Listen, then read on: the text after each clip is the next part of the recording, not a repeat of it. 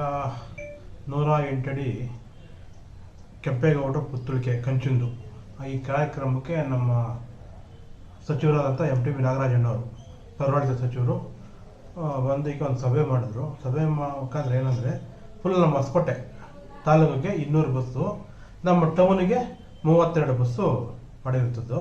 ಅದರಲ್ಲಿ ಬಸ್ಸಲ್ಲಿ 40 ರಿಂದ 50 ಜನ ಒಂದು ಬಸ್ಸಲ್ಲಿ ಮಿನಿಮಮ್ ಆಗಿ ಇರಬೇಕು. ಆ ರೀತಿಯಲ್ಲಿ ಒಂದು ಡೈರೆಕ್ಷನ್ ಕೊಟ್ಟು ಯಾವ ರೀತಿ ಹೋಗಬೇಕು, ಅಲ್ಲಿ ಯಾವ ರೀತಿ ಊಟದ ವ್ಯವಸ್ಥೆ ಏನಿರ್ತದೆ, ಎಷ್ಟೊತ್ತಿಗಿರ್ತದೆ ಅನ್ನೋ ರೀತಿಯೆಲ್ಲ ಹೇಳಿದ್ರು. PM ಬರೋದ್ರಿಂದ ಅಂದರೆ ಪ್ರಧಾನಮಂತ್ರಿ ಬರೋದ್ರಿಂದ 1 ಅವರ್ ಫುಲ್ ಕ್ಲೋಸ್ ಮಾಡ್ತಾರೆ ರೋಡ್ನ. ಆ ಕಾರಣಕ್ಕಾಗಿ ಅವ್ರು 11:15 ಅಲ್ಲಿ ಬಂದರೆ ನಾವು 11 ಗಂಟೆ ಒಳಗೆ ನಾವು ಅಲ್ಲಿರಬೇಕು.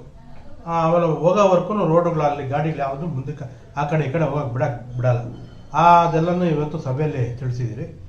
ಅದಾದ ನಂತರ ಊಟದಂದರೆ 80 ಕೌಂಟ್ರ್ ಮಾಡಿದ್ರಲ್ಲಿ ಸುಮಾರು 2 ಲಕ್ಷ ಜನಕ್ಕೆ ಒಂದೊಂದು ಏನು ಈ ಭಾಗದಿಂದ ಬೆಂಗಳೂರು ಮತ್ತು ಹೊಸಕೋಟೆ ಭಾಗದಿಂದ ಹೋಗೋರಿಗೆ ಈಗ ಅಂಡಳ್ಳಿ ಯಾವುದೋ ಒಂದು ಇದೆ ಬ್ಯಾಕ್ ಗೇಟು ಏರ್ಪೋರ್ಟ್ದು, ಅಲ್ಲಿಂದ ನಮ್ಮ ಪಾರ್ಕಿಂಗು, ಮತ್ತು ಆ ಕಡೆಯಿಂದ ಏನೋ ಕೋಲಾರ, ಚಿಕ್ಕಬಳ್ಳಾಪುರ, ಬಾಗೇಪಲ್ಲಿ, ಶಿಡ್ಲಘಟ್ಟ ಆ ಕಡೆಯಿಂದ ಅವರು ಆ ಕಡೆ ಮೇನ್ ಗೇಟಿಂದ ಬಂದು ಅಲ್ಲಿ ಪಾರ್ಕಿಂಗ್ ವ್ಯವಸ್ಥೆ ಅಂತ ಮಾಡೈತೆ.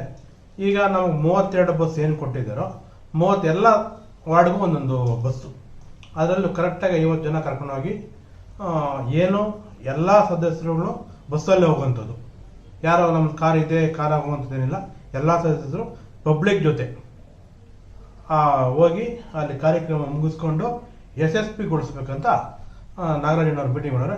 ನಾನು ಅದೇ ಮುಖಾಂತರ ಈಗ ಎಲ್ಲರೂ ಈ ಕಾರ್ಯಕ್ರಮನ ನರೇಂದ್ರ ಮೋದಿ ನಮ್ಮ ದೇಶದ ಪ್ರಧಾನಮಂತ್ರಿಗಳು ಬರೋದ್ರಿಂದ ಎಲ್ಲರೂ ಒಂದು ಹುಮ್ಮಸ್ಸಿನಿಂದ ಈ ಕಾರ್ಯಕ್ರಮ ಯಶಸ್ವಿಗೊಳಿಸ್ಬೇಕಂತ ನಾನು ಈ ಮೂಲಕ ಕೇಳ್ಕೊತೀನಿ.